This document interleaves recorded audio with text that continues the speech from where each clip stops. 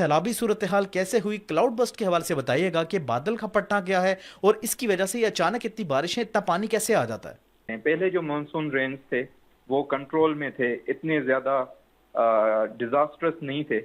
अब जैसे जैसे ज्यादा गर्मीपद की वजह से बादलों का बनना, एवापोरेशन होना, तो वो जो एक पूरा पूरा नेचुरल सिस्टम है वो डिस्टर्ब हो चुका है, जिसकी सही। वजह से कोई भी बंदा प्रिडिक्ट अंडरस्टैंड नहीं कर पा रहा कि मॉनसून का जो पैटर्न होगा वो वेदर साउदर्न रीजन में ज्यादा इफेक्टिव होगा, क्योंकि पहले ये होता था कि नॉर्थ की तरफ, जहाँ पे लेटीट्यूड ऊंचाई की तरफ, मॉनसून के जो पैटर्न्स थे वो इफेक्टिव होते थे, वो पावरफुल होते थे। अच्छा। और साउथ की तरफ, जिस तरह सिंध और इन एरियाज में, यहाँ पे मॉनसून के जो पैटर्न्स थे, जहाँ जब वो बहते हुए इतना डिस्टेंस कवर करके आते थे तो उनकी जो एक इफेक्टिवनेस थी वो कम हो जाती थी। बट अब वो चीज हमें डिफरेंट होती हुई नजर आ रही है, और इसके उसके पीछे रीजंस एक क्या वजह हैं, क्लाइमेट ये है। क्या मौसमी तगय्युरात ही हैं।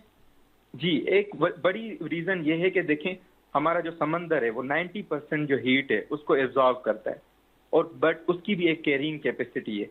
अगर 1 सेंटीग्रेड या 2 सेंटीग्रेड तक टेम्परेचर में इंक्रीज आ रहा है तो समंदर की जो कैरिंग कैपेसिटी है, 90% जो हीट एब्जॉर्ब कर रहा है, वो हमें एक लिमिट तक पहुंचती हुई नजर आ रही है। उसकी वजह से ना सिर्फ जो समंदर की बायोडाइवर्सिटी है, जो कि यूज टू है एक मखसूस टेम्परेचर में रहने के लिए, बल्कि उसकी वजह से एवापोरेशन भी ज्यादा हो रही है, जिसकी वजह से क्लाउड फॉर्मेशन और क्लाउड बर्स्ट और इन चीजों का हमें इनको नॉर्मलाइज के तौर पे हमें नजर आ रही हैं ये चीजें।